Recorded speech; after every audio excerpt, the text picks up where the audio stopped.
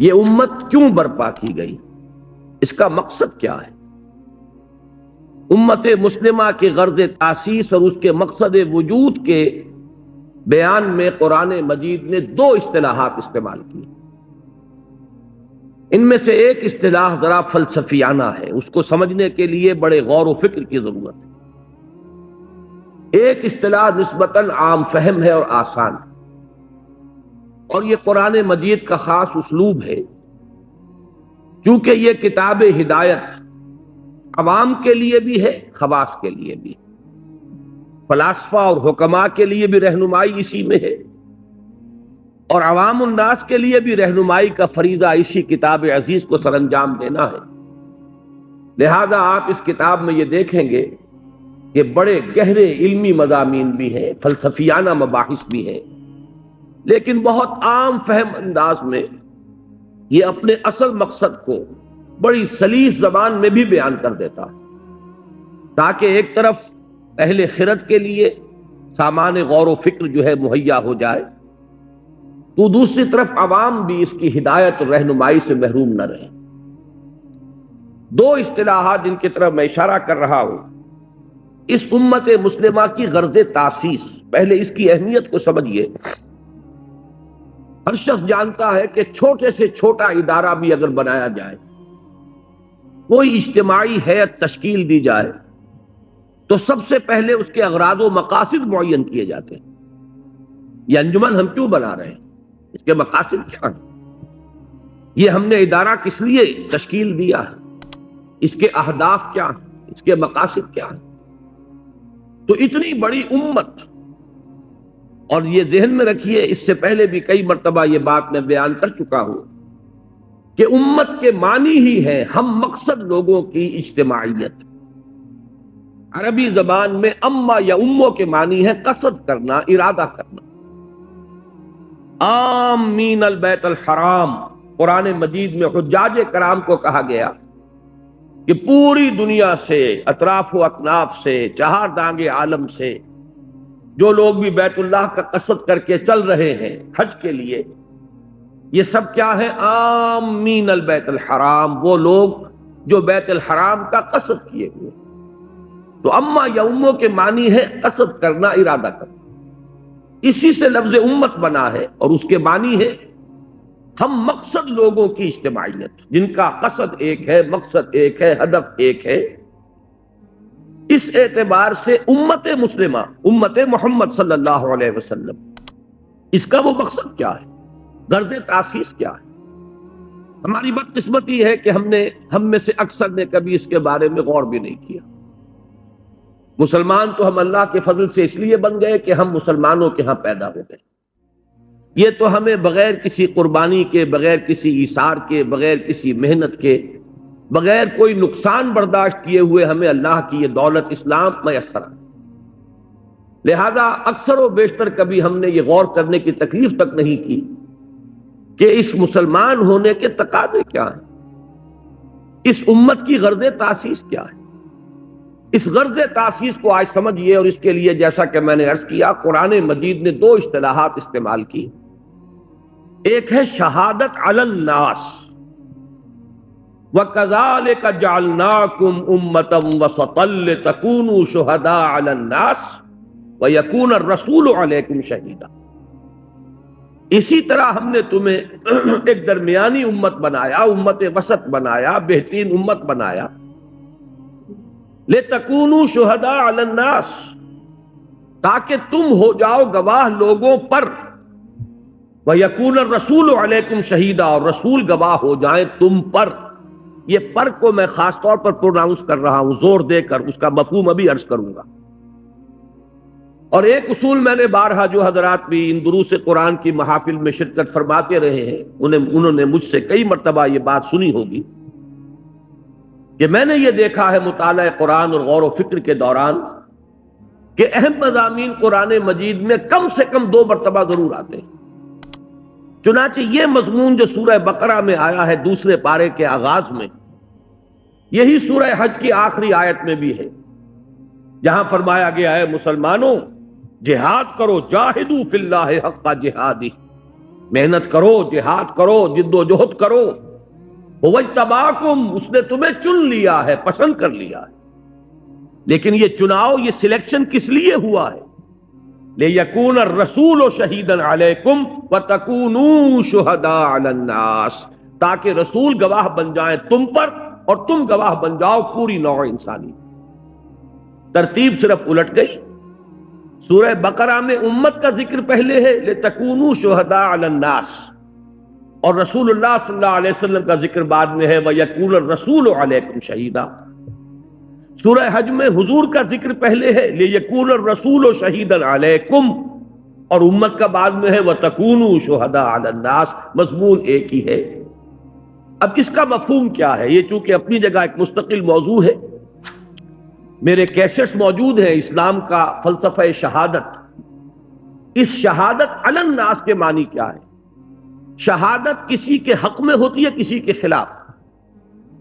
آپ کسی مقدمے کے اندر اگر بطور گواہ پیش ہوتے ہیں تو ظاہر بات ہے ایک فریق کے حق میں آپ کی بات جاتی ہے، ایک کے خلاف جاتی ہے. تو گواہی کے لیے بھی یہ دونوں لفظ آئے قرآن مجید میں. یا ایھا الذین آمنوا کونوا قوامین بالقسط شہداء للہ. لام آتا ہے عربی زبان میں کسی شے کے کسی کے حق میں ہونے کے لیے. اللہ کے حق میں گواہ بن کر کھڑے ہو جاؤ. اللہ کے گواہ، اللہ کی توحید کے گواہ، اللہ کے دین کے گواہ. اپنی زبان سے گواہی دو، اپنے عمل سے گواہی دو، انفرادی طور پر گواہی دو، عملی طور پر گواہی دو. تمہارا ہر عمل گواہی دے رہا ہو کہ تم اللہ کے ماننے والے ہو. تمہارا طرز عمل پکار پکار کر لوگوں کو بتا رہا ہو کہ یہ محمد عربی کا نام لیوا ہے صلی اللہ علیہ وسلم، ان کے نقش قدم پر چل رہا ہے. گواہی قولی، گواہی عملی. یہ گواہی کس کے حق میں ہے؟ اللہ کے حق میں. یہ گواہی کس کے حق میں ہے؟ محمد الرسول اللہ کے حق میں. جو علامہ اقبال نے کہا ہے، دے تو بھی محمد کی صداقت کی گواہی. لیکن یہ گواہی کسی کے خلاف بھی پڑ رہی ہے. کس کے خلاف؟ دنیا کے سامنے جب آپ نے گواہی دے دی دین کی حق کی، دین کی حقانیت کی، محمد الرسول اللہ کی صداقت کی، تو اب ان کے اوپر ایک گواہی قائم ہو گئی کہ قیامت کے دن وہ یہ عذر پیش نہیں کر سکیں گے کہ اللہ ہمارے سامنے تو تیرا دین آیا ہی نہیں، ہمیں تو کسی نے بتایا ہی نہیں کہ اللہ کیا چاہتا ہے، ہمیں تو کسی نے متعارف بھی نہیں کرایا، نہ تیرے ساتھ، نہ تیرے رسول کے ساتھ، نہ تیرے کلام کے ساتھ. یہ ہے لوگوں پر گواہی قائم ہو جانا جو قیامت کے دن ان کے خلاف پڑے گی. اس لیے کہ جیسے ابھی جواد صاحب فرما رہے تھے کہ اگر لا علمی ہو تو پھر بھی کوئی عذر ہے کہ اللہ مجھے معلوم نہیں تھا. اگرچہ اس دنیا میں تو اصول یہ ہے عدالت کا، آپ کو معلوم ہے کہ ignorance of law is no excuse. قانون آپ کو معلوم نہیں ہے تو آپ عذر نہیں پیش کر سکتے. قانون کی گرفت میں آ گئے ہیں تو قانون تو آپ کو پکڑ لے گا، چاہے آپ کے علم میں تھا چاہے نہیں تھا. لیکن عدالت اخروی میں معاملہ یہ نہیں ہے، لا علمی بھی ایک عذر کے درجے میں آ جائے. لہذا اللہ رسولوں کو بھیجتا رہا تاکہ لوگ لا علمی کا عذر پیش نہ کر سکیں. وہ گواہی دے دیں اپنے قول سے، اپنے عمل سے، اپنے کردار سے کہ یہ ہے دین حق، یہ ہے اللہ کا دیا ہوا راستہ، یہ میں چل کر دکھا رہا ہوں، حجت قائم کر رہا ہوں. یہ امپریکٹیکیبل بھی نہیں ہے، ناقابل عمل بھی نہیں ہے. دیکھو میں تم جیسا انسان ہوں، مجھے بھی پیٹ لگا ہوا ہے، میری بھی احتیاجات ہیں، میرے بھی بال بچے ہیں، زندگی کے تمام تقاضے میرے ساتھ بھی ہیں، پھر میں اللہ کا بندہ بن کر زندگی گزار رہا ہوں. حجت قائم ہوتی ہے. یہ ہے در حقیقت رسالت کے ضمن میں اہم ترین یہ اصطلاح قرآن مجید کی. اور جب نبوت اور رسالت کا سلسلہ ختم ہوا محمد الرسول اللہ صلی اللہ علیہ وسلم پر، اب یہ اجتماعی طور پر ذمہ داری امت پر آ گئی. اب انہیں گواہی دینی ہے اپنے عمل سے، اپنے قول سے، انفرادی طور پر، اجتماعی طور پر. اور یہ مقصد تاسیس ہے اس امت محمد کا صلی اللہ علیہ وسلم. وَكَذَلِكَ جَعَلْنَاكُمْ أُمَّةً وَسَطًا لِتَكُونُوا شُهَدَاءَ عَلَى النَّاسِ وَيَكُونَ الرَّسُولُ عَلَيْكُمْ شَهِيدًا. رسول نے تو اپنے آخری خطبہ حجۃ الوداع میں گواہی لوگوں سے لے لی تھی. الا هل بلغت، لوگوں میں نے پہنچا دیا. اور سب نے کہا، 1.25 لاکھ کا مجمع بیک زبان انہوں نے کہا، انا نشہد انک قد بلغت وادیت ونصحت. ہاں حضور ہم گواہ ہیں، آپ نے حق نصیحت ادا کر دیا، حق امانت ادا کر دیا، حق رسالت ادا کر دیا. پھر اللہ کی جناب میں عرض کیا ہے اللہم اشہد، اللہ تو بھی گواہ رہے، اب میری ذمہ داری ختم ہو گئی، میرا فرض منصبی ادا ہو گیا۔ پھر لوگوں سے خطاب کر کے فرمایا فَلْيُبَلِّغِ الشَّاهِدُ الْغَائِبَ، اب یہ ذمہ داری میرے کندھے سے اتر کر تمہارے کندھوں پر آ گئی، اب تمہیں پہنچانا، اس لیے کہ میں رسول صرف تمہارے لیے بن کر نہیں آیا تھا، میں تو پوری نوع انسانی کی طرف رسول بنا کر بھیجا گیا، میں تو تا قیام قیامت میں رسول ہوں اللہ کا۔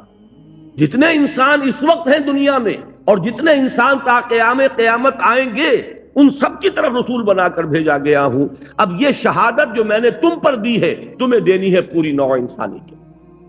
بدقسمتی سے ہمارے ہاں لفظ شہادت کے ایک کا مفہوم جو ہے صرف ایک ہی معنی عام ہو گئے کہ اللہ کی راہ میں قتل ہو جانا، بس یہ شہادت ہے، اور شہید کا صرف یہی مفہوم رہ گیا۔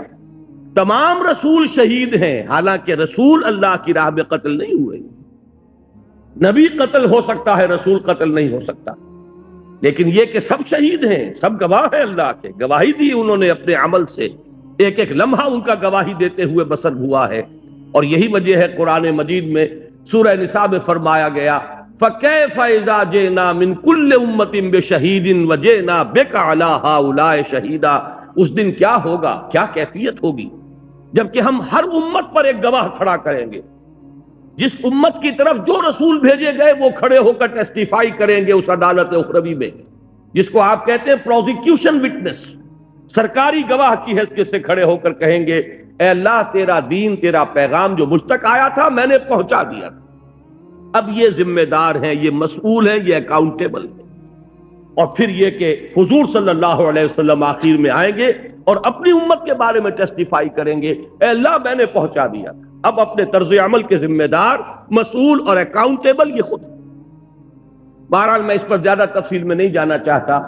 پہلی بات یہ سامنے آئی کہ امت مسلمہ کی غرض تاسیس ہے شہادت علی الناس، وَكَذَلِكَ جَعَلْنَاكُمْ أُمَّةً وَسَطًا لِتَكُونُوا شُهَدَاءَ عَلَى النَّاسِ وَيَكُونَ الرَّسُولُ عَلَيْكُمْ شَهِيدًا۔ اسی کے لیے محنت، جد و جہد، کوشش، اس کے لیے سورہ حج میں پکارا گیا جاہدوا فی اللہ حق جہادہ هو اجتباکم، اور اس کا اصل مقصد کیا ہے؟ لِيَكُونَ الرَّسُولُ شَهِيدًا عَلَيْكُمْ وَتَكُونُوا شُهَدَاءَ عَلَى النَّاسِ۔ یہ جیسا کہ میں نے آغاز میں عرض کیا یہ قدر فلسفیانہ مضمون ہے، البتہ قرآن مجید نے اس امت کی غرض تاسیس کے لیے ایک اصطلاح آسان بھی اختیار کی، وہ ہے امر بالمعروف نہی عن المنکر۔ امت کیوں بنائی گئی؟ سورہ آل عمران میں فرمایا، اور دیکھیے آپ کو معلوم ہے سورہ بقرہ سورہ آل عمران آپس میں بہنیں ہیں، جوڑا ہے۔ سورہ آل عمران میں فرمایا کنتم خیر امت اخرجت للناس تأمرون بالمعروف وتنہون عن المنکر وتؤمنون باللہ، تم وہ بہترین امت ہو جسے لوگوں کے لیے نکالا گیا۔ دنیا کی قومیں اپنے لیے زندہ رہتی ہیں، اپنے لیے جد و جہد کرتی ہیں، اپنی ترقی، اپنی عظمت، اپنی سربلندی، اپنے لیے قوت اور سطوت حاصل کرنا، لیکن اے مسلمانوں تم سمجھو تمہیں دنیا والوں کے لیے زندہ رہنا ہے۔ وہ جو اقبال نے کہا ہے شکوہ میں، بہت مشہور شعر ہے کہ ہم تو جیتے ہیں کہ دنیا میں تیرا نام رہے، کہیں ممکن ہے کہ ساقی نہ رہے جام رہے۔ ہم دوسروں کے لیے زندہ ہیں جبکہ لوگ اپنے لیے زندہ ہیں، اپنے لیے بھاگ دوڑ کرتے ہیں۔ کنتم خیر امت اخرجت للناس، تم بہترین امت ہو جو لوگوں کے لیے نکالے گئے ہو۔ تمہارا کام کیا ہے؟ تامرون بالمعروف، نیکی کا حکم دو، وتنہون عن المنکر، بدی سے روکو، وتؤمنون باللہ، اور اللہ پر ایمان پختہ رکھو۔ پھر وہی بات، اہم مضمون دو دفعہ ضرور آنا چاہیے، یہ مضمون اسی سورہ مبارکہ میں آ رہا ہے وَلْتَكُن مِّنكُمْ أُمَّةٌ يَدْعُونَ إِلَى الْخَيْرِ وَيَأْمُرُونَ بِالْمَعْرُوفِ وَيَنْهَوْنَ عَنِ الْمُنكَرِ وَأُولَٰئِكَ هُمُ الْمُفْلِحُونَ۔ ان دونوں آیات میں ربط کیا ہے؟ پہلی آیت خطاب کر رہی ہے صحابہ کرام کو۔ صحابہ کرام وہ تھے جن میں سے ایک ایک فرد کو معلوم تھا کہ میرا فرض منصبی کیا ہے، میں کس لیے امت محمد میں شامل ہوا ہوں، بحیثیت امتی میری ذمہ داری کیا ہے۔ لہذا وہاں مجموعی طور پر امت کو خطاب کیا گیا، کنتم خیر امت اخرجت للناس تأمرون بالمعروف وتنہون عن المنکر وتؤمنون باللہ. تم بہترین امت ہو اے محمد کے صحابہ صلی اللہ علیہ وسلم ورضی اللہ تعالیٰ عنہ اجمعین. تم بہترین امت ہو، بہترین جماعت، پوری انسانی تاریخ کے اندر بہترین گروہ، بہترین امت جو لوگوں کے لیے نکالے گئے، ان کی بھلائی کے لیے، ان کی آخرت سنوارنے کے لیے، انہیں حق کی طرف بلانے کے لیے، انہیں جہنم کی آگ سے بچانے کے لیے، انہیں ظلم و ستم کے پنجے سے نجات دلانے کے لیے. تم تو دنیا والوں کی بھلائی اور بہبود کے لیے نکالے گئے ہو، اور تمہارا تو فرض منصبی کیا ہے؟ نیکی کا حکم دینا، بدی سے روکنا. اولئک ھم المفلحون. لیکن یہ جان لو، یہ میں دوسری آیت کی طرف آ گیا. یہ پہلی آیت جو ہے یہ پوری امت کے لیے، لیکن دوسری آیت یہ در حقیقت اس دور کے لیے ہے جیسے مثلا آج کا دور ہے. امت بھول گئی اپنے مقصد کو. آج ہم یہ سمجھے بیٹھے ہم بھی بس ایک قوم ہے جیسے دنیا میں اور قومیں ہیں. ہم میں سے ہر فرد کو بھی جینا ہے، دوڑنا ہے، بھاگنا ہے. کائے کے لیے؟ جیسے کوئی ہندو، کوئی سکھ، کوئی پارسی اپنے معاش کے لیے، اپنی اولاد کی پرورش کے لیے، گھر بنانے کے لیے، گھر سجانے کے لیے، ساز و سامان جمع کرنے کے لیے جو بھاگ دوڑ اس کی، وہی بھاگ دوڑ ہماری. بس یہ ہے کہ ہم نماز پڑھتے ہیں، وہ کسی مندر میں چلا جاتا اگر جاتا ہے. اور ہم میں بھی نماز پڑھنے والے کتنے رہ گئے. پھر یہ کہ اجتماعی سطح پر جو ان کے اہداف ہیں، جو ان کے مقاصد ہیں، وہی ہمارے مقاصد. ان کا بھی زور چلتا ہے تو وہ دوسروں پر ظلم کرتے ہیں، دوسروں کی زمینیں چھین لیتے ہیں، دوسروں کے حقوق غصب کر لیتے ہیں. ہمارا بھی داؤ لگے گا تو ہم بھی کہیں اپنی حکومت جو ہے اس کی توسیع کر لیں گے. یہ ہے ہمارا دور زوال کہ امت بھول گئی کہ ہماری مقصد تاسیس کیا تھی، ہمارے مقاصد کیا تھے، ہمارا نصب العین کیا.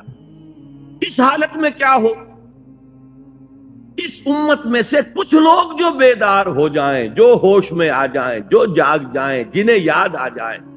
مجھے بڑا پسند ہے یہ ہمدرد کے جو پرچے بچوں کے لیے خاص طور پر جو رسالہ نکلتا ہے، اس میں آپ نے دیکھا ہوگا جاگو اور جگاؤ. جاگو اور جگاؤ بڑی اچھی اصطلاح ہے، بڑی عام فہم. خود جاگو اور جو جاگ جائیں دوسروں کو جگائیں، بیدار کریں. جو جاگ گئے ہیں، جنہیں یہ ہوش آ گیا ہے میں مسلمان ہوں، میری ذمہ داری ہے، میں تو بحیثیت مجموعی اس امت کا فرد ہوں جو دنیا والوں کی بھلائی کے لیے برپا کی گئی. میرے ذمے تو بڑا عظیم فریضہ ہے. وہ فریضہ ہے کہ جو اللہ تعالیٰ اپنے رسولوں کے سپرد کرتا رہا ہے، امر بالمعروف اور نہی عن المنکر. جسے یہ ہوش آ جائے اب وہ دوسروں کو جگائے. جو جاگتے جائیں وہ ایک امت بن جائیں، چھوٹی امت. جیسے آپ کہتے ہیں party with in party, state with in state, ریاست میں ریاست، پارٹی میں پارٹی. ایک بڑی امت ہے، 1 ارب سے زیادہ کی تعداد میں امت محمد ہے اس وقت دنیا میں صلی اللہ علیہ وسلم. لیکن سوئے ہوئے ہیں. کس اعتبار سے سوئے ہوئے ہیں؟ دنیا کے اعتبار سے سوئے ہوئے نہیں ہیں. ہر شخص اپنی بہتری کے لیے کوشاں ہے، زور لگا رہا ہے، دن رات محنت کر رہا ہے. دین کے اعتبار سے سو گئے، بحیثیت امت محمد جو ذمہ داری تھی اس کے اعتبار سے سوئے ہوئے. تو جو جاگ جائیں وہ جاگیں، آپس میں مل جل کر اس بڑی امت میں ایک چھوٹی امت بنائیں. وَلْتَكُمْ مِنْكُمْ أُمَّةٌ يَدْعُونَ إِلَى الْخَيْرِ. تم میں سے ایک امت تو ایسی لازماً ہونی چاہیے جو خیر کی طرف بلائے اور نیکی کا حکم دے اور بدی سے روکے. اور نوٹ کیجئے آخری ٹکڑا اس آیت کا، وَأُولَئِكَ هُمُ الْمُفْلِحُونَ. یہ جان لو کہ صرف وہی ہوں گے فلاح پانے والے. یہ سوئے ہوئے فلاح نہیں پائیں گے. جو جاگ جائیں گے اور جگائیں گے اور جو اپنے اس فرض منصبی کو ادا کریں گے، یدعون الی الخیر ویامرون بالمعروف وینہون عن المنکر، صرف وہ ہوں گے فلاح پانے والے. اولئک ھم المفلحون. آپ صدق کے دل سے دعا کیجئے، اللہم ربنا اجعلنا منہم. اے اللہ ہمیں بھی ایسے لوگوں میں شامل ہونے کی توفیق عطا فرما. پہلا تمہیدی مضمون میرا ختم ہوا. ذہن میں ٹانکتے جائیے. خلاصہ کیا ہے؟ امت مسلمہ کی غرض تاسیس یا شہادت علی الناس کہیے یا امر بالمعروف اور نہی عن المنکر. اب دوسرا مضمون ہے، اس کے لیے ذرا یہ الٹ لیجئے آخری صفحے پر، چونکہ یہ 2 ورقہ ہے، اس پر میں نے ایک بڑی محنت کر کے قرآن مجید کے 9 مقامات منتخب کیے. ایک مضمون کو واضح کرنا مقصود ہے. وہ مضمون کیا ہے؟ پہلے اس بات کو سمجھیے، بدقسمتی سے ہمارے اس دور میں بہت سے انتہائی نیک لوگ، انتہائی نیک نیت لوگ، پھر یہ کہ دین کے لیے حرکت بھی کر رہے ہیں، جاتے ہیں، گھروں سے نکلتے ہیں، محنت کرتے ہیں، جد و جہد کرتے ہیں، لیکن ایک مغالطے میں مبتلا ہو گئے۔ وہ مغالطہ کیا ہے؟ کہ صرف نیکی کی تلقین کفایت کرتی ہے، نہی عن المنکر کی ضرورت نہیں، کسی برائی پر تنقید کا کوئی فائدہ نہیں، بھلائی کی تلقین کرو، جب بھلائی پھیلے گی خود بخود جو بدی ہے وہ رفع ہو جائے گی۔ بعض اعتبارات سے بات بڑی وزنی معلوم ہوتی ہے، تم روشنی پھیلاؤ، تاریکی خود بخود کافور ہو جائے گی، بھلائی کا پرچار کرو، بھلائی کو پھیلاؤ، بدی جو ہے خود بخود جو ہے وہ ملیا میٹ ہو جائے گی۔ لیکن یہ بہت بڑا مغالطہ ہے اور دینی اعتبار سے بہت بڑی غلط فہمی ہے، جس میں بہت سے نیک نیت حضرات، ان کی نیت سے پر کوئی شک نہیں، پھر ان کا جو مجاہدانہ کردار ہے، اس کے لیے جو محنتیں کرتے ہیں، وہ سب بھی مسلم ہے۔ لیکن میں یہ چاہتا ہوں آج آپ قرآن مجید کے 9 مقامات کے حوالے سے اس بات کو سمجھ لیں کہ یہ امر بالمعروف اور نہی عن المنکر باہم لازم و ملزوم، میں نے جو اس کا عنوان قائم کیا ذیلی، باہم لازم و ملزوم، ایک گاڑی کے 2 پہیے یا ایک ہی تصویر کے 2 رخ۔ ایک پہیے پر تو گاڑی گھوم جاتی ہے، 2 پہیوں پر گاڑی آگے بڑھتی ہے، ایک گاڑی کے 2 پہیے، اسی طریقے سے ایک تصویر کے 2 رخ، باہم لازم و ملزوم۔ اس کو چونکہ بڑی اہمیت کے ساتھ ذہن نشین کرانا مقصود ہے، تو میں نے یہ 9 مقامات قرآن مجید کے نکالے، جس سے یہ ثابت ہو جائے یہ دونوں لازم ہیں، لازم و ملزوم۔ اور ایک بات میں عرض کر دوں انتہائی ادب کے ساتھ کہ واقعہ یہ ہے کہ اگر میں یہ کہوں کہ قرآن مجید تو یہ 2 چیزیں بیان کر رہا ہے، لیکن اصل میں تو ایک ہی چیز ضروری ہے، تو معلوم یہ ہوا کہ میں نے قرآن پر طعن کیا ہے، اللہ کے کلام پر گویا کہ میں ایک یہ نقص نکال رہا ہوں کہ شاید یہ صرف شاعری ہو رہی ہے، لفاظی ہو رہی ہے۔ قرآن ہر جگہ دونوں اصطلاحات کو لا رہا ہے۔ دیکھیے چونکہ وقت کم ہے، اب ذرا ایک ایک کر کے ان آیات کو پڑھیے۔ میں نے الحمدللہ شروع کیا اس اعتبار سے کہ شان باری تعالی سورۃ النحل کی آیت نمبر 90 میں بیان ہوئی، اور یہ آیت تو آپ میں سے ہر شخص کو یاد ہوگی، اس لیے کہ ہر خطبہ جمعہ میں آپ یہ آیت سنتے ہیں۔ خطبہ ثانیہ جب ہوتا ہے، جس کے بعد کھڑے ہو جاتے ہیں نماز کے لیے، تو یہ آیت جو ہے اس پر خطبہ ختم ہوتا ہے۔ ان اللہ یأمر بالعدل والاحسان وایتاء ذی القربى وینہی عن الفحشاء والمنکر والبغی یعظکم لعلکم تذکرون۔ بڑی خوبصورت آیت ہے۔ اللہ تعالیٰ نے ایسا کمال توازن پیدا کیا ہے، حکم بھی دیا 3 باتوں کا، روکا بھی 3 باتوں سے۔ عجیب توازن ہے، ذرا غور کیجئے اس کے حسن کو، حسن توازن، توازن ہی میں سارا حسن ہوتا ہے۔ 2 چیزیں ہیں، اگر آپ نے توازن ڈسٹرب کر دیا اس میں حسن باقی نہیں رہے گا۔ ان اللہ یامر بالعدل والاحسان وایتاء ذی القربى، اللہ حکم دیتا ہے عدل کا، احسان کا اور قرابت داروں کا حق ادا کرنا۔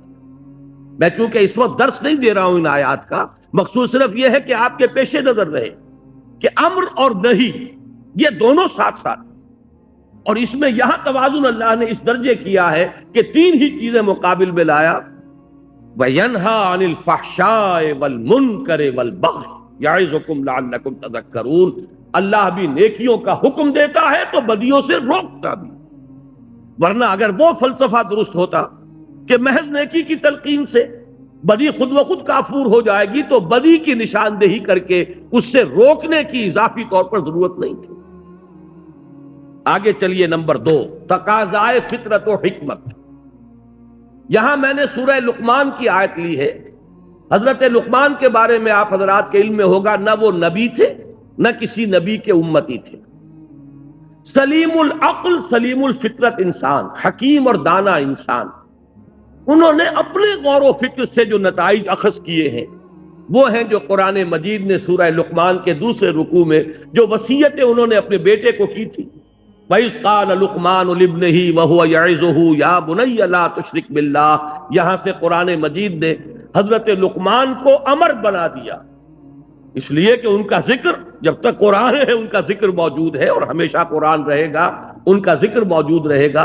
یہ شان ہے اللہ نے اپنے اس بندے کی جو بڑھائی ہے کہ قرآن مجید میں اس طریقے سے تعین کے ساتھ یا تو رسولوں کا نام آتا ہے، یا یہ کہ صحابہ میں سے حضرت زید کا ذکر خاص طور پر صحابہ جو ہے اس اعتبار سے کیا کرتے تھے کس قدر خوش قسمت ہے اس کا نام قرآن میں آیا۔ فلما قضا زید وطرہا، تو یہ وطرہ منہا زید وطرہ یہ سورہ احزاب میں آیا تو لوگ رش کرتے تھے، زید تمہارا نام قرآن میں آیا ہے۔ ایسے ہی یہ ایک حکیم اور دانا انسان، اب ان کی اسی لیے میں نے عنوان قائم کیا تقاضائے فطرت و حکمت۔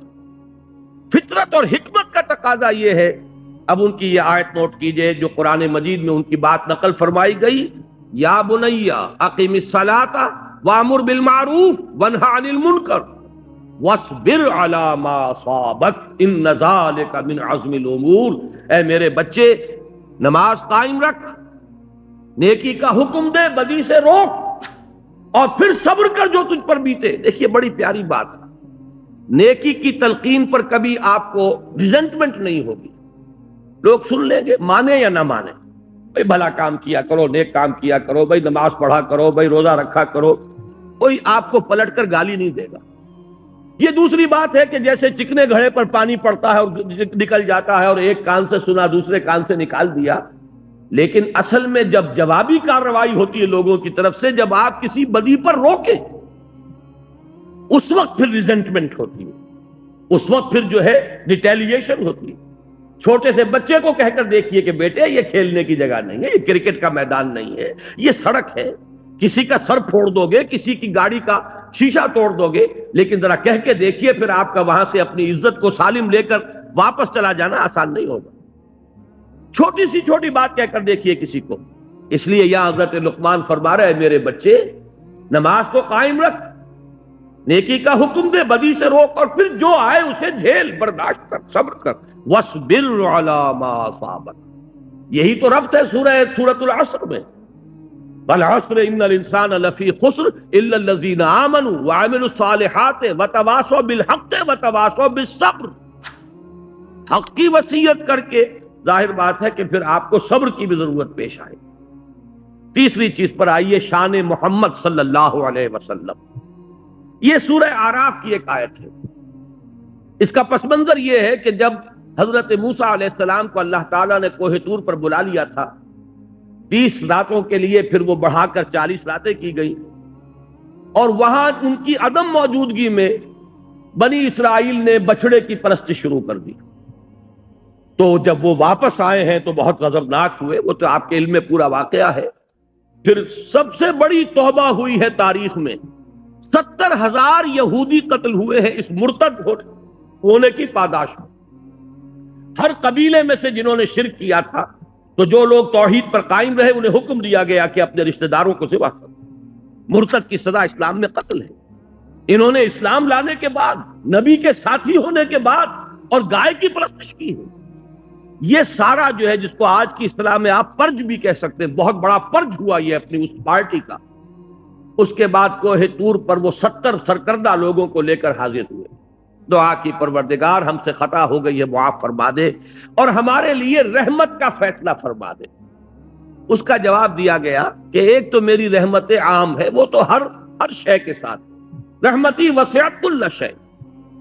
ایک میری خاص رحمت ہے جو میں نے لکھ دی ہے اپنے ان بندوں کے لیے جو میرے رسول نبی امی پر ایمان لائیں گے صلی اللہ علیہ وسلم۔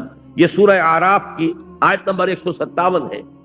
اس نبی امی کی جو شان بیان ہوئی ہے صلی اللہ علیہ وسلم، وہ آیت ہے یہ، الذین یتبعون الرسول النبی الامی الذی یجدونہ مکتوبا عندہم فی التوراۃ والانجیل۔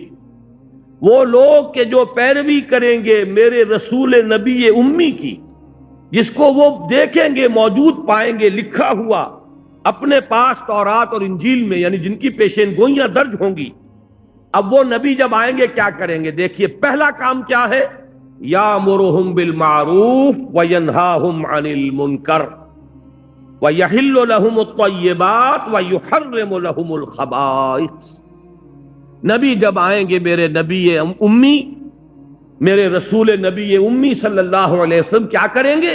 انہیں نیکیوں کا حکم دیں گے، بدی سے روکیں گے، ان کے لیے طیب چیزوں کو حلال ٹھہرائیں گے اور ناپاک اور گندی اور خبیث چیزوں کو حرام ٹھہرائیں گے۔ لیکن اس میں پہلی شے جو آ رہی ہے وہ کیا ہے؟ وہی گاڑی کے دونوں پہیے لازم و ملزوم، یامرہم بالمعروف وینہاہم عن المنکر۔ نمبر 4، شان صحابہ رضی اللہ تعالیٰ عنہ۔ اب آپ نے نوٹ کیا ہوگا میں درجہ بدرجہ سیڑھی اتر رہا ہوں۔ شان باری تعالیٰ سب سے اوپر، پھر وہ فطرت اللہ التی فطر الناس علیہا، اس کو انسانوں کی فطرت کو کہا گیا فطرت اللہ، اس لیے نمبر 2 پر اس کو لایا ہوں۔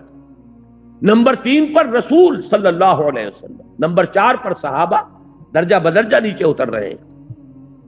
صحابہ کی شان کیا ہے؟ سورہ توبہ کی آیت نمبر 71، والمومنون والمومنات بعضهم اولیاء بعض یامرون بالمعروف وینہون عن المنکر۔ مومن مرد اور مومن عورتیں آپس میں ایک دوسرے کے ساتھی ہیں، پشت پناہ ہیں، مددگار ہیں، حمایتی ہیں، اور ان کی شان کیا ہے؟ یامرون بالمعروف وینہون عن المنکر، نیکی کا حکم دیتے ہیں، بدی سے روکتے ہیں۔ اس کا ذرا کانورس بھی دیکھ لیجئے۔ یہ کانورس کا لفظ شاید میری عمر کے لوگوں کو یاد آیا ہو جنہوں نے انگریزی میں میٹرک میں جیومیٹری پڑھی تھی۔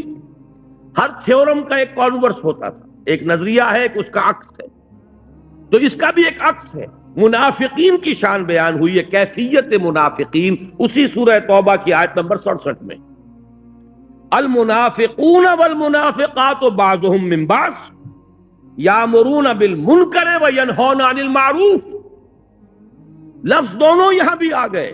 یہ منافق مرد اور منافق عورتیں یہ ایک دوسرے میں سے ہیں، یہ ایک دوسرے کے ساتھی ہیں، پشت پناہ ہیں، مددگار ہیں۔ وہ کیا کرتے ہیں؟ وہ نیکی سے روکتے ہیں اور بدی کا حکم دیتے ہیں۔ یہاں میں ذرا ایک حدیث بھی آپ کو سنا دوں۔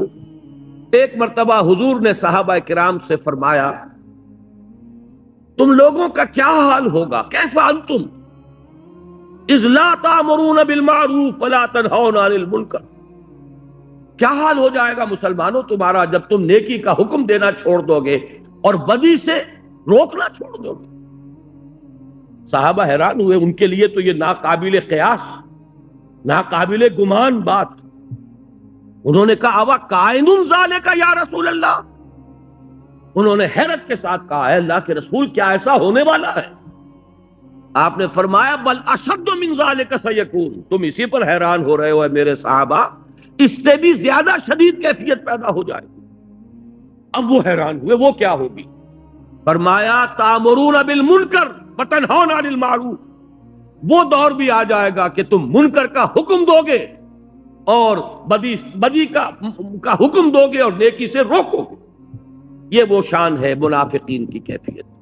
گویا کہ حضور نے فرمایا ایک وقت آئے گا میری امت میں یہ نفاق عام ہو جائے گا۔ آج آپ کا معاشرہ وہی ہے، نیکی کے راستے پر چلنا بہت مشکل، بدی کے راستے کھلے ہیں، کشادہ ہیں، کوئی ریزسٹنس ہے ہی نہیں۔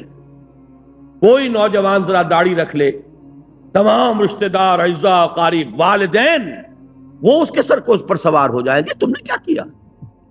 ذرا گھر میں کوئی شرعی پردہ کر کے نافذ کر کے دیکھیے، you will be an outcast, آپ اپنے معاشرے سے نکال دیے جائیں، آپ بالکل آپ کا تعلق جو ہے وہ معاشرے سے، عزیزوں سے کٹ جائے، کر کے دیکھ لیجیے۔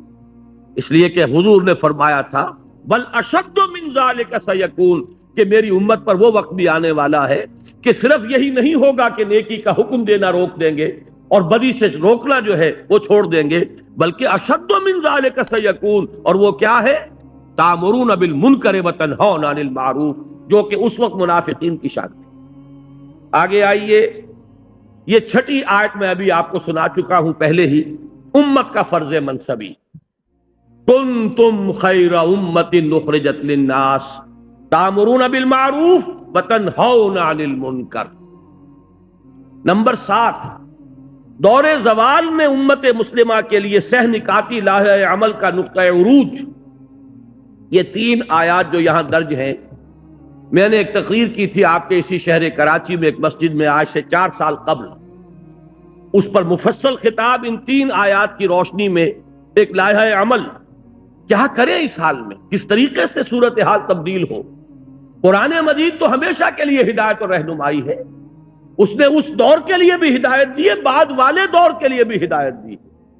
اس دور زوال میں اگر یہاں سے اب اوپر اٹھنے کے لیے آپ کو لائحہ عمل درکار ہے تو بھی رجوع کیجئے قرآن کی طرف۔ قرآن مجید نے ان 3 آیات میں سورہ آل عمران کی آیات 102، 103، 104 ایک سہ نکاتی لائحہ عمل دیا ہے، جس میں آخری بات وہ ہے جو ابھی میں نے آیت آپ کو سنائی تھی، وَلْتَكُمْ مِنْكُمْ أُمَّةٌ يَدْعُونَ إِلَى الْخَيْرِ وَيَأْمُرُونَ بِالْمَعْرُوفِ وَيَنْهَوْنَ عَنِ الْمُنكَرِ وَأُولَئِكَ هُمُ الْمُفْلِحُونَ۔ پہلا نقطہ یہ ہے کہ ہر شخص تقوی اختیار کرے۔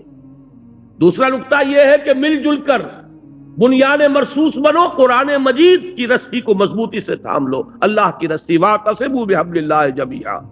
اور تیسرا نقطہ ضربہ سلام کیا ہے اس کا، وَلْتَكُمْ مِنْكُمْ أُمَّةٌ يَدْعُونَ إِلَى الْخَيْرِ وَيَأْمُرُونَ بِالْمَعْرُوفِ وَيَنْهَوْنَ عَنِ الْمُنكَرِ وَأُولَئِكَ هُمُ الْمُفْلِحُونَ۔ تم میں سے ایک جماعت تو ایسی قائم ہونی چاہیے جو یہی 3 کام کرے اور کوئی کام نہ کرے۔ میں یہاں پر عرض کر دوں کہ واقعہ یہ ہے کہ آج وہ بعد میں تفصیل سے گفتگو ہوگی، ہماری دینی جماعتیں بھی اپنے اصل ہدف سے ہٹ چکی۔ اس وَلْتَكُمْ مِنْكُمْ أُمَّةٌ اس کے کرنے کے صرف 3 کام قرآن نے بتائے، خیر کی طرف دعوت، نیکی کا حکم، بدی سے روکنا۔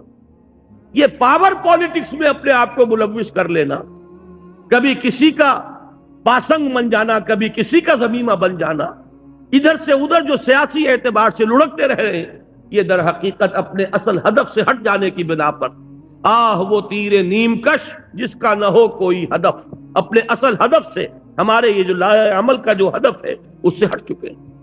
بہرحال اس کے ضمن میں عرض کر دوں کہ وہ جو میں نے تقریر کی تھی، وہ بھائی جمیل الرحمان صاحب، اللہ تعالیٰ انہیں صحت بھی دے اور عمر بھی دے، انہوں نے میری کتنی ہی تقریریں ہیں، بڑا مشقت طلب کام ہے یہ ٹیپ سے اتارنا، اور یہ کر رہے ہیں، کم سے کم میں سمجھتا ہوں کہ 15 برس ہو گئے ہیں انہیں یہ کام کرتے ہوئے۔ میری بہت سی تقریریں ایسی ہیں جو انہی کے ذریعے سے وہ کتابی شکل میں آئی۔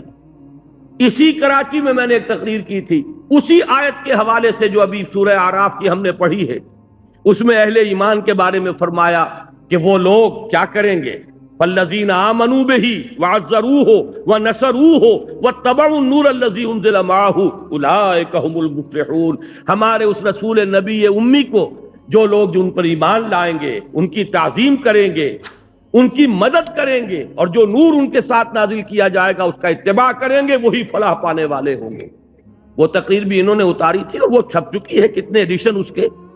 نبی اکرم صلی اللہ علیہ وسلم سے ہمارے تعلق کی بنیادیں الحمدللہ بہت پسند کیا گیا، وہ عوام میں، خواص میں، اس لیے کہ ایک بالکل نقطہ نظر سامنے آیا، یہ مختلف نقطہ نظر کہ آیا صرف درود پڑھ دینے سے حق ادا ہو گیا، یا یہ کہ عید میلاد منا لینے سے حق ادا ہو گیا حضور کا صلی اللہ علیہ وسلم، یا جلوس نکال دینے سے حق ادا ہو گیا، یا کوئی اور ذمہ داریاں ہیں ہماری نبی اکرم صلی اللہ علیہ وسلم کے بارے میں۔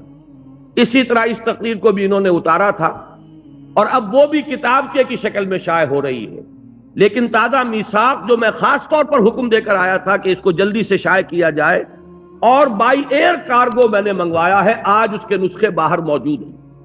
یہ کوئی 64 صفحے کا کتابچہ ہے جو اس میثاق کے اندر پورا کا پورا آ گیا ہے، لہذا میں آج اس موضوع پر گفتگو نہیں کر رہا۔ یہ جو سہ نکاتی لائحہ عمل ہے، آپ میں سے ہر شخص کوشش کرے کہ اس کو میثاق کے شمارے کو لے کر جائے، اور آج ہی رات اسے پڑھ لے، انشاءاللہ وہ محسوس کرے گا کہ یہ ایک ایسی شے ہے جسے بڑے پیمانے پر مسلمانوں کے اندر عام کرنے کی ضرورت ہے۔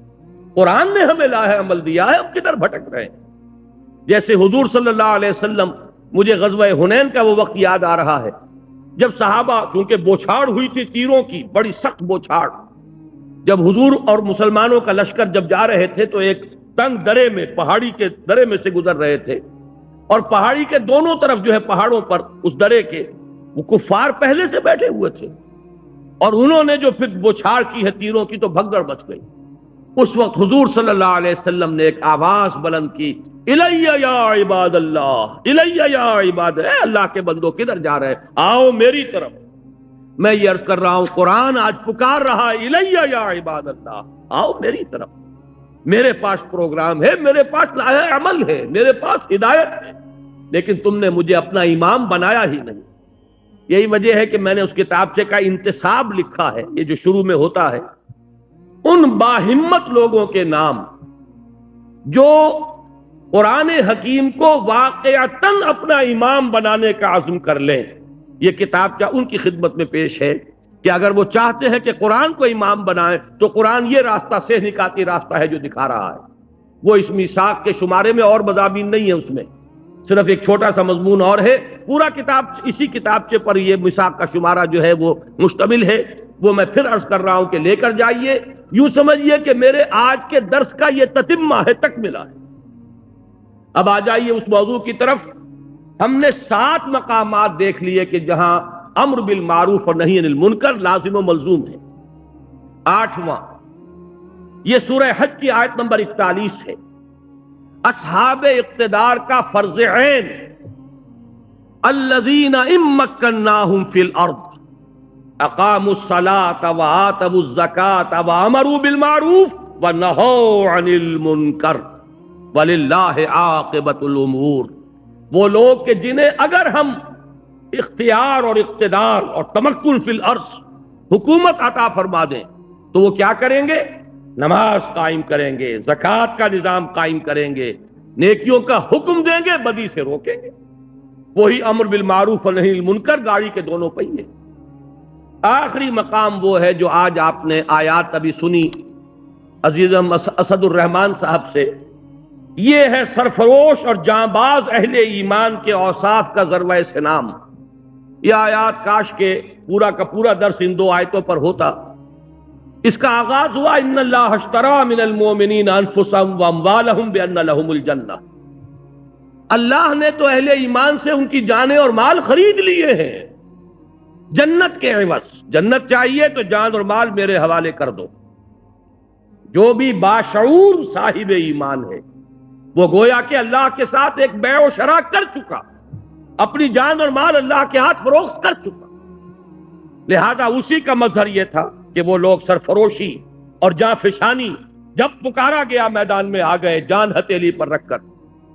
اب یہ جو لوگ ہیں ان کے کچھ اوصاف ہیں جو اگلی آیت میں بیان ہوئے۔ میں پورا آیت کا اس پر ترجمہ نہیں کر رہا، اتنا وقت نہیں ہے، لیکن ذرا نوٹ کیجئے، یہ سرفروش لوگ، فدائین لوگ، اللہ تعالیٰ مجھے اور آپ کو توفیق دے کہ ہم بھی یہ تمنا یہ رکھیں جیسے حضور نے فرمایا صلی اللہ علیہ وسلم، لَوَدِدْتُ أَنْ أُقْتَلَ فِي سَبِيلِ اللَّهِ ثُمَّ أُحْيَا ثُمَّ أُقْتَلَ۔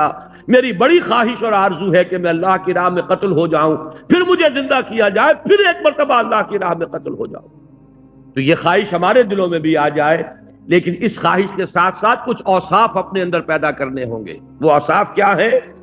التائبون، العابدون، الحامدون، السائحون، الراکعون، الساجدون، الآمرون بالمعروف والناہون عن المنکر والحافظون لحدود اللہ وبشر المؤمنین۔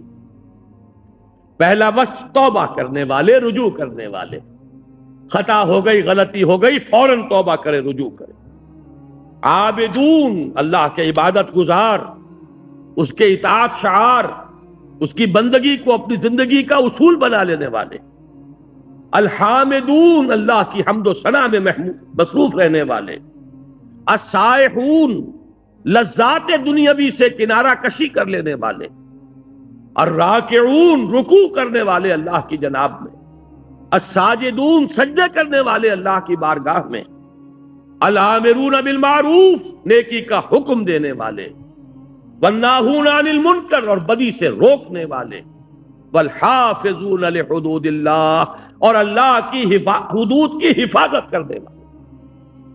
وبشر المؤمنین، اے نبی ایسے اہل ایمان کو بشارت دے دیجیے، ان کی کامیابی جو ہے اس کی خوشخبری انہیں سنا دیجیے۔ یہ ذروہ سنام ہے، اس لیے کہ یہاں پر امر بالمعروف اور نہی عن المنکر سے بھی اگلا قدم بیان کر دیا گیا، وہ کیا ہے؟ الحافظون لحدود اللہ۔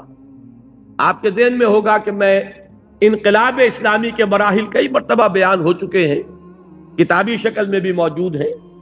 آخری مرحلہ کیا ہے؟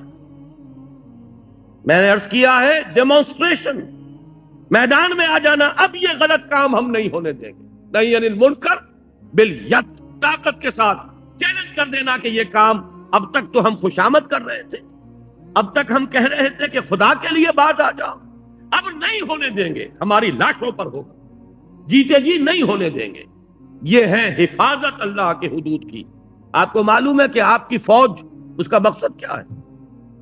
یہ جو ارب روپیہ خرچ ہوتا ہے فوج پر، آپ کے بجٹ کا بہت بڑا حصہ صرف ہوتا ہے فوج پر، کیا مقصد ہے اس کا؟ آپ کی زمین کے ایک ایک چپے کے محافظ بن کر کھڑے ہو جائیں، سرحدوں کے محافظ بن کر کھڑے ہو جائیں، جان دے دیں، لیکن یہ کہ ایک چپا زمین کا، ایک انچ جو ہے اس ملک کی، وہ دشمن کے حوالے کرنے کے لیے تیار نہ ہو۔ ابھی 16 کروڑ نہیں، تقریباً 20 کروڑ روپیہ جو ہے ایکسرسائز پر خرچ ہو گیا۔ یہ ایکسرسائز کاہے کے لیے؟ تاکہ ہماری افواج چاق و چوبند رہیں، تیار رہیں، کوئی بھی صورتحال پیدا ہو جائے سست پڑے ہوئے نہ ہو، زنگ نہ لگا ہوا ہو کہیں۔ یہ سب کچھ کس لیے؟ حفاظت، حدود اللہ، حدود ارضی کی حفاظت، زمین کے، وطن کی حدود کی حفاظت۔ اسی طرح اللہ کی بھی حدود ہیں۔ تلک حدود اللہ فلا تقربوها، دیکھو یہ اللہ کی حدود ہے، اس کے قریب نہ پھٹکو۔ کہیں آتا ہے فلا تعتدوها، یہ اللہ کی حدود ہے، انہیں پامال نہ کرو، ان سے تجاوز نہ کرو۔ یہ حدود اللہ۔ اب اللہ کا ایک بندہ، وہ سرفروش، ان اللہ اشتری من المؤمنین انفسهم واموالهم بان لهم الجنہ، جو جان اور مال بیچ چکے اللہ کے ہاتھ، وہ در حقیقت اس کی چوٹی کیا ہے؟ وہ اللہ کے حدود کا محافظ بن کر کھڑا ہو جائے۔ میرے جیتے جی یہ حد لا کی حد جو ہے یہ پامال نہیں کی جائے گی، میں زندہ رہوں اور اللہ کی حدود جو ہے پامال کر دی جائے، نہیں ہوگا۔ جب یہ الفاظ میں کہہ رہا ہوں، مجھے حضرت ابوبکر صدیق یاد آ گئے رضی اللہ تعالی عنہ۔ انہوں نے یہی فرمایا تھا، ایبدل الدین وانا حی، کیا دین کے اندر تغیر کر دیا جائے گا جبکہ میں ابھی زندہ ہوں؟ میری زندگی میں نہیں ہو سکتا۔ جبکہ کچھ لوگوں نے زکوٰۃ دینے سے انکار کیا تھا، اور کچھ حضرات نے مشورہ دیا تھا، آپ یہ اتنے سارے محاذ ایک دم نہ کھول لیجئے۔ ایک طرف تو مدعیان نبوت ہیں، کھلم کھلا مرتد، ٹھیک ہے، ان کے خلاف تو اقدام کیجئے، لیکن انہوں نے کسی نبی کو تو نہیں مانا ہے، کسی چیز کا انکار نہیں کیا ہے، کلمہ پڑھ رہے ہیں، آپ ان کے خلاف جو ہے محاذ نہ کھولیے، اس لیے کہ اس وقت بڑے حالات مخدوش ہیں۔ تو الفاظ کیا تھے ابوبکر صدیق کے؟ کیوں بن گئے وہ افضل البشر بعد الانبیاء بالتحقیق؟ یہ مقام جو حاصل ہوا ہے، ایبدل الدین، کیا دین کے اندر تبدیلی کر دی جائے گی؟ وانا حی، اس حال میں کہ میں زندہ ہوں، نہیں ہو سکتا۔ فرمایا تھا انہوں نے، جب حضرت عمر نے یہ کہا تھا، مشورہ دیا تھا کہ اس وقت حالات ٹھیک نہیں ہیں، آپ ایک طرف جو جیش اسامہ ہے اس کو بھی نہیں روک رہے، روم کے ساتھ ٹکراؤ جو ہے اسے بھی جاری رکھ رہے ہیں، اس دلیل پر کہ حضور نے جو جھنڈا باندھ دیا تھا میں اسے کیسے کھول دوں؟ حضور نے لشکر تیار کر دیا تھا، ابھی جائے گا، تو کیا کریں گے؟ یہاں پہ کون محافظ ہوں گے؟ تو انہوں نے فرمایا تھا کہ اگر کوئی محافظ نہ ہو، اگر درندے آ کر ابو بکر کو نوچیں، تب بھی یہ کام ہو کر رہے گا، اس لیے کہ نبی صلی اللہ، میں اللہ کے رسول کا خلیفہ ہوں، ان کے جو کام ہیں، ان کے مشن کی تکمیل میرا مقصد ہے زندگی۔ یہ ہے حفاظت حدود اللہ۔ تو یہ جو یہاں 9 اوصاف بیان ہوئے ہیں، اللہ تعالی ہمیں ان میں سے ایک ایک وصف اپنے اندر جذب کرنے کی توفیق عطا فرمائے۔ التائبون العابدون الحامدون السائحون الراکعون الساجدون الآمرون بالمعروف والناہون عن المنکر والحافظون لحدود اللہ۔ پھر کوالیفائی کرتا ہے آدمی، یہاں پہنچتا ہے، اب کوالیفائی کرتا ہے اس بشارت کے لیے، وَبَشِّرِ الْمُؤْمِنِينَ، اے نبی ایسے اہل ایمان کو بشارت دے دیجیے جنہوں نے اپنی جانیں اور مال اللہ کے ہاتھ فروخت کر دیے، اور اس فروخت کرنے کے بعد ان کی زندگی کا، ان کے کردار کا، ان کے شب و روز کا نقشہ یہ ہے۔ بہرحال اگرچہ اس میں کئی دوسرے مضامین بھی ضمنی طور پر آ گئے، لیکن میرے اس بیان کا مقصد کیا تھا اس حقیقت کو واضح کرنا کہ امر بالمعروف اور نہی عن المنکر انسیپریبل ہے، ان کو ایک دوسرے سے جدا نہیں کیا جا سکتا، یہ ایک ہی حقیقت کے اجزاء لا ينفک ہیں، لا ينفک غیر منفک، جس کو علیحدہ نہیں کیا جا سکتا۔ یہ غلط فہمی رفع ہو جانی چاہیے۔ یہ مغالطہ جنہیں بھی ہیں انہیں اللہ تعالیٰ ان کو اپنے اس مغالطے پر متنبہ اور مطلع ہونے کی توفیق عطا فرمائے۔ ہمارا کام یہی ہے کہ جو بات کتاب و سنت سے سمجھ میں آتی ہے اسی کو ہم لوگوں کے سامنے بیان کریں اور عام کریں۔ باقی یہ ہے کہ لوگوں کے دل میں اور ان کے ذہن کے اندر ان باتوں کو ڈالنا یہ اللہ کے ہاتھ میں، یہ کسی انسان کے بس میں نہیں۔ میں پہلے ہی عرض کر چکا ہوں، نیکی بھی ہے، تقویٰ بھی ہے، جد و جہد بھی ہے، حرکت بھی ہے، محنت بھی ہے، لیکن ایک بہت بڑا مغالطہ کہ صرف بھلائی کی تلقین، صرف نیکی کی تلقین، صرف فضائل کی تلقین کے ذریعے سے سارے معاملات دور صحیح ہو جائیں گے، ساری گندگیاں دھل جائیں گی، یہ ممکن نہیں ہے۔ قرآن مجید 9 مقامات پر اگر امر بالمعروف اور نہی عن المنکر کو متوازن طریقے سے بالکل بیلنس اجزاء لا ينفک کی حیثیت سے بیان کر رہا ہے تو ہم میں سے کسی کو یہ حق نہیں پہنچتا کہ اس میں سے کسی ایک کو غیر ضروری یا اضافی قرار دے دے۔ معاذ اللہ ثم معاذ اللہ۔ اب پلٹ لیجئے، اب تیسری بات جو ہے، میں آج ذرا کچھ مختلف انداز میں درس دے رہا ہوں۔ اب تک میں نے 2 باتیں عرض کی ہیں۔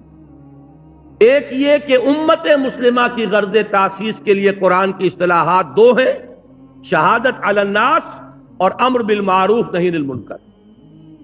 نمبر 2 یہ کہ امر بالمعروف نہی عن المنکر یہ ایک ہی حقیقت کے 2 پہلو ہیں، یہ لازم و ملزوم ہیں، یہ ایک ہی گاڑی کے 2 پہیے ہیں۔ اب تیسری بات یہ ہے کہ ان میں اہم تر نہی عن المنکر ہے۔ اگر علیحدہ غور کرنا ہے اور خاص طور پر علماء اور صوفیاء اور احبار اور رہبان ان کے کرنے کا اصل کام یہی ہے۔ یہ میں چاہتا ہوں کہ اچھی طریقے سے آپ سمجھ لیں، اس لیے کہ عنوان میں نے نوٹ کرایا تھا، علماء و صلحاء کے کرنے کا اصل کام اور عذاب الہی سے نجات کی واحد راہ۔ اس کے ضمن میں یہ چند آیات کا ترجمہ سن لیجئے اور پھر یہ 3 احادیث ہیں جو ہمیں پڑھنی ہے۔ بڑی محنت کے ساتھ اسے چھپا کر لایا ہوں آپ کے لیے، بہت مواد ہے ان 2 اوراق کے اندر، 4 صفحے ہیں، لیکن آپ جا کر غور کریں گے یہ ایک پوری کتاب کا مضمون ہے جو اس کے اندر جمع کر دیا گیا ہے۔ لیکن یہ کہ آپ کے پاس یہ بڑا ہینڈی رہے گا، آپ کی جیب میں رکھا رہے گا، غور کرتے رہیے، ان آیات کو یاد کرتے رہیے، یہ احادیث ہر وقت آپ کے سامنے رہیں، آپ لوگوں کو سمجھائیے، سنائیے۔ اور یہ احادیث کا عکس میں نے لیا ہے اور اس کو شائع کیا ہے مکمل حوالوں اور متن کے ساتھ۔ اگر ویسے ہی تقریر کے اندر صرف حدیث کا مفہوم آ جائے تو یاد نہیں رہتا، آگے آپ بات کر نہیں سکتے۔ دیکھیے سورہ مائدہ میں بنی اسرائیل پر تنقید ہوئی ہے۔ بنی اسرائیل کے بارے میں جو بھی میری تقاریر میں شریک ہوتے رہے ہیں، بارہا وہ حدیث سامنے آئی، اور آج وہ میثاق کے اندر بھی آپ کو وہ حدیث مل جائے گی کہ حضور نے خبر دی تھی کہ میری امت میں بھی وہ ساری خرابیاں پیدا ہوں گی جو بنی اسرائیل میں پیدا ہوئی، یہاں تک کہ اگر وہ گوہ کے بل میں گھسے تھے تو میری امت بھی گھسے گی، اور اگر ان میں کوئی بدبخت ایسا اٹھا تھا جس نے اپنی ماں سے زنا کیا ہو تو میری امت میں بھی کوئی نہ کوئی ایسا پیدا ہوگا جو یہ حرکتیں شنی کرے گا۔ اسی کے حوالے سے ذرا بنی اسرائیل پر جو تنقید قرآن نے کی ہے سورہ مائدہ میں، اس کو پڑھیے۔ فرمایا وَتَرَىٰ كَثِيرًا مِّنْهُمْ، یہ آیات نمبر 62 اور 63 ہے، اور تم دیکھتے ہو ان میں سے بہت سوں کو يُسَارِعُونَ فِي الْإِثْمِ وَالْعُدْوَانِ وَأَكْلِهِمُ السُّحْتَ، مسارعت کہتے ہیں ایک دوسرے سے آگے نکلنے کی کوشش، دوڑ لگی ہوئی ہے ان میں، کہنے کو مسلمان، کہنے کو اللہ کے نام لیوا، کہنے کو موسیٰ کے امتی، کہنے کو تورات کے ماننے والے، سینکڑوں نبیوں کے نام لیوا، ابراہیم کے نسل سے، لیکن حال کیا ہے عملاً؟ ترا کثیر منہم یسارعون فی الاسم والعدوان واکلہم السحت، 3 کاموں میں ایک دوسرے سے بڑھنے کی کوشش کر رہے ہیں۔ وہ کیا ہے؟ اسم، گناہ کا کام، حق تلفی کا کام، لوگوں کے حقوق ضبط کرنے اور سلب کرنے کا کام، والعدوان اور زیادتی اور ظلم، تعدی، واکلہم السحت اور حرام خوری کے اندر سود خوری ہو رہی ہے، حرام خوری ہو رہی ہے، جوا ہو رہا ہے۔ آپ کے اس ملک میں جتنے بڑے پیمانے پر جوا ان دنوں میں ہوا ہے، آپ کو معلوم ہے وہ سیور ریفل جو ہے وہ اتنا کروڑوں بلکہ اربوں کے روپے میں، آپ کی حکومت کی ذمہ دار وزیر اعظم اس نے یہاں تک کہہ دیا کہ یہ ہمارے باقی ٹیکسز ویکسز جو ہے، میں تو وزیر خزانہ سے کہنے والی ہوں کہ سب کو چھوڑو اور یہ دھندا شروع کرو۔ اس میں جو رقم آتی ہے وہ تو کسی اور کام میں ہم نے دیکھی نہیں۔ یہ کون سے لوگ؟ وہی مسلمان، وہی محمد کے نام لیوا، وہی وہ ان انعامات کی امید میں جوا کھیلنے والے، وہی لاکھوں لوگوں نے اگر حصہ لیا ہے تو یہ کوئی آسمان سے اترنے والی کوئی دوسری مخلوق نہیں تھی، یہ کوئی ہندو نہیں آ گئے تھے، یہودی نہیں آ گئے تھے، یہی امت محمد صلی اللہ علیہ وسلم۔ وہی بات فرمایا وَتَرَىٰ كَثِيرًا مِّنْهُمْ، تم دیکھتے ہو ان میں سے بہت سو کو يُسَارِعُونَ فِي الْإِثْمِ وَالْعُدْوَانِ وَأَكْلِهِمُ السُّحْتَ، کہ یہ ایک دوسرے سے آگے نکلنے کی کوشش کر رہے ہیں، گناہ میں، زیادتی میں، ظلم میں اور حرام خوری میں۔ لَبِئْسَ مَا كَانُوا يَعْمَلُونَ، بہت برا عمل ہے جو وہ کر رہے ہیں۔ لولا ينهاهم الربانيون والاحبار عن قولهم الاسم واكلهم السحت، کیوں نہیں روکتے انہیں ان کے علماء اور ان کے صوفیاء؟ یہ نوٹ کیجئے، ربانیون اور احبار، احبار جمع حبر کی، حبر کہتے ہیں بہت بڑے عالم کو۔ آپ نے سنا ہوگا حضرت عبداللہ ابن عباس رضی اللہ تعالی عنہما کو کہا گیا حبر الامہ، امت کے بہت بڑے عالم۔ حبر کی جمع احبار، احبار کہتے ہیں بڑے عالم۔ لولا ینہاہم الاحبار والربانیون، ربانی کسے کہتے ہیں؟ اللہ والے، رب سے ربانی، اللہ والے۔ یہ فقراء، صوفیاء، صلحاء، یہ ظاہر بات ہے جیسے ہماری امت میں ہے، سابقہ امت میں بھی تھے، علماء بھی تھے، صوفیاء بھی تھے، درویش لوگ بھی ہوتے تھے، بڑے بڑے عالم اور فقیہ بھی ہوتے تھے۔ تو فرمایا ان کے کرنے کا کام تو یہ تھا، وہ کیا کام کر رہے ہیں؟ انہوں نے اپنے فرض منصبی کو ترک کر دیا ہے۔ وہ لوگوں کو روکتے نہیں، روکیں کیسے؟ حرام خوری سے روکیں گے، لوگ ان کی طرف رجوع نہیں کریں گے، دوسری کی طرف کر لیں گے۔ میں آپ کو واقعہ بتا رہا ہوں، یہ کوئی کہانی نہیں ہے۔ ایک صاحب تعین کے ساتھ انہوں نے مجھ سے کہا کہ میں اب آپ کے آئندہ آپ کے ہاں جمعہ میں نہیں آؤں گا۔ میں نے کہا کیوں؟ کہنے لگے آپ ہمیں ہر چند جمعوں کے بعد وہ حدیث سنا دیتے ہیں سود کے بارے میں، اور وہ حدیث ظاہر بات ہے سود کے بغیر تو کاروبار تو ہمارا چلتا نہیں، لیکن اب یہ حدیث سے سننے کا مطلب کیا ہے؟ اس کا تو مطلب یہ ہے کہ ہم لوگ وہ کام کر رہے ہیں جو محمد الرسول اللہ نے فرمایا کہ جو ماں کے ساتھ بدکاری ہے اس سے بھی 1000 گنا زیادہ کام۔ آپ وہ حدیثیں سناتے رہتے ہیں، میں آپ کے یہاں نہیں آؤں گا۔ میں نے کہا ٹھیک ہے، میرا کام تو سنانا ہے، پہنچانا ہے، سمجھانا ہے، سننا چاہو سنو، اللہ تعالیٰ شاید آج نہیں کل توفیق عطا فرما دے، لیکن یہ کہ نہیں سننا چاہتے تو میں زبردستی تو نہیں کر سکتا۔ لہذا کیسے کہیں وہ علماء، کیسے کہیں حرام خوری ترک کر دو، جن بیچاروں کے لیے معاش کا معاملہ وہیں سے، تنخواہ وہیں سے آ رہی، وہی چودھری لوگ ہیں، وہی سرمایہ دار ہیں، وہی ہیں کہ جو مسجد کا انتظام کرنے والے محتمم ہیں، ان کے کاروبار میں حرام ہے، وہی تو ہیں جو آ کر یہاں پر بہترین قالین بچھاتے ہیں، وہی تو سارا اہتمام کر رہے ہیں۔ لہذا نہی عن المنکر جب ختم ہو جاتا ہے معاشرے سے، پھر تباہی اور بربادی عام ہو جاتی ہے۔ آج اس مضمون کو سمجھیے، لولا ینہاہم الربانیون والاحبار عن قولہم الاسم واکلہم السحت، کیوں نہیں روکتے انہیں ان کے صوفیاء اور علماء گناہ کی بات کہنے سے اور حرام خوری سے؟ لبئس ما کانوا یصنعون، بہت برا ہے وہ عمل جو انہوں نے اختیار کیا۔ اب آگے چلیے، یہی سورہ مائدہ ہے، اس کی آیات یہ 78 سے 81 تک یہ 4 آیات ہیں جو آگے آئی۔ فرمایا لعن الذین کفروا من بنی اسرائیل علی لسان داؤد و عیسی ابن مریم، لعنت کی گئی ان لوگوں پر جنہوں نے کفر کی روش اختیار کی بنی اسرائیل میں سے۔ بنی اسرائیل میں تھے، امتی تھے موسیٰ کے، لیکن یہ ہے کہ روش ان کی معصیت کی ہے، گناہ کی ہے، حرام خوری کی ہے، جھوٹ بولنے کی ہے، لہذا ان کو کہا جا رہا ہے لعن الذین کفروا من بنی اسرائیل علی لسان داؤد و عیسی ابن مریم، ان پر اللہ نے لعنت فرمائی حضرت داؤد کی زبان سے اور حضرت عیسیٰ ابن مریم کی زبان سے علیہ الصلوۃ والسلام۔ حضرت داؤد کی زبانی کیا لعنتیں ہوئی ہیں یہ تو آج ہمارے پاس موجود نہیں ہے. جو بھی زبور اس وقت ہے، سام جسے کہا جاتا ہے، وہ کتاب جو اولڈ ٹیسٹمنٹ کا حصہ ہے، اس میں ایسی باتیں موجود نہیں ہیں. معلوم ہوتا ہے یہودیوں نے وہ چیزیں کھرچ دی جو اللہ تعالیٰ نے ان پر تنقید کی باتیں حضرت داؤد علیہ السلام سے کہلوائی تھی، ان کو انہوں نے ختم کر دی. لیکن اللہ کا بڑا شکر ہے اناجیل میں اب بھی موجود ہے. خاص طور پر حضرت مسیح علیہ السلام نے علماء یہود پر جو تنقیدیں کی ہیں، سانپ کے سپولیوں سے تعبیر کیا. تم سانپ کے سپولیوں کے مانند ہو. تمہارا حال یہ ہے کہ تم نے اپنے اوپر تقویٰ کا لبادہ اوڑھا ہوا ہے، اندر سے تمہارا کردار انتہائی گھناؤنا ہے.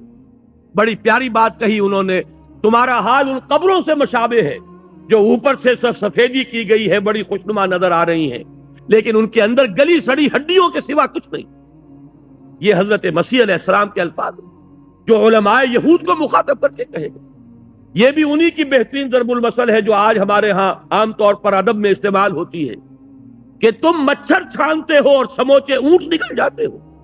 چھوٹی چھوٹی باتوں پر جھگڑے ہو رہے ہیں، لیکن بڑے بڑے گناہ جو ہے وہ ان کی طرف توجہ ہی نہیں. سود خوری پر کوئی نہیں روکے گا، لیکن رفع یدین پر، آمین بالجہر پر، تراویح کی تعداد پر بڑے بڑے پوسٹر بھی چھپیں گے اور بڑے چیلنج بھی ہوں گے اور مناظرے بھی ہوں گے اور لمبی چوڑی بحثیں بھی ہوں گی، پوری کانفرنسیں ہوں گی. حالانکہ ان کی کیا اہمیت ہے دین کے اندر؟ سود ہے، سٹا ہے، جوا ہے، ہو رہا ہے، کسی کو کچھ کہنے کی توفیق. یہ ہے اصل میں وہ بات جو فرمایا لعن الذین کفروا من بنی اسرائیل علی لسان داؤد وعیسی ابن مریم ذلک بما عصوا وکانوا یعتدون. یہ اس لیے ہوا، یہ لعنت ان پر اس لیے کی گئی کہ انہوں نے نافرمانی کی روش اختیار کی اور حدود الہی سے تجاوز کی روش اختیار کی. اب اگلا لفظ آیا ہے اصل میں جس کے لیے یہ میں بیان کر رہا ہوں، کانوا لا یتناہون عن منکر فعلوہ. ان کا اصل جرم یہ تھا ایک دوسرے کو شدت کے ساتھ منع نہیں کرتے تھے برائیوں پر. نوٹ کیجئے، تناہی باب تفاعل ہے، باب تفاعل ہی سے لفظ تواسی ہے، وتواصوا بالحق وتواصوا بالصبر. باب تفاعل کا خاصہ ہے کسی شے میں شدت، تاکید، مبالغہ اور آپس میں کوئی کام کرنا. تو تناہی کے معنی ہوگا پوری تاکید کے ساتھ، پوری شدت کے ساتھ آپس میں ایک دوسرے کو گناہوں پہ روکنا، ٹوکنا. کانوا لا یتناہون عن منکر فعلوہ، وہ آپس میں ایک دوسرے کو روکتے نہیں تھے منکر سے جو وہ کرتے تھے. لبئس ما کانوا یفعلون. یہ جو بات ہے اس کے لیے ایک حدیث میں آپ کو ابھی سناؤں گا، اس کو نوٹ کر لیجئے کہ ان کا اصل جرم، دیکھیے قرآن مجید جب یہ کہہ رہا ہے ان پر لعنت کی گئی تو ظاہر بات ہے چارج شیٹ بھی تو ہونا چاہیے. کس بات پر لعنت کی گئی؟ کیا برائی تھی؟ تو جس جرم پر یہ لعنت کی گئی ہے وہ کیا ہے؟ کانوا لا یتناہون عن منکر فعلوہ. وہ روکتے نہیں تھے ایک دوسرے کو پوری تاکید کے ساتھ ان منکرات سے کہ جو آپس میں کر رہے تھے. لبئس ما کانوا یفعلون. اور تم دیکھتے ہو بہت ہی برا ہے وہ عمل جو وہ کر رہے ہیں. میں چاہتا ہوں کہ اس پر ذرا ورق الٹ لیجئے، اب یہ حدیث سن لیجئے تاکہ قرآن مجید کی تفسیر حدیث رسول کی روشنی میں سامنے آ جائے. یہاں ایک طرف صفحہ 2 پر یہ پوری حدیث کا متن ہے،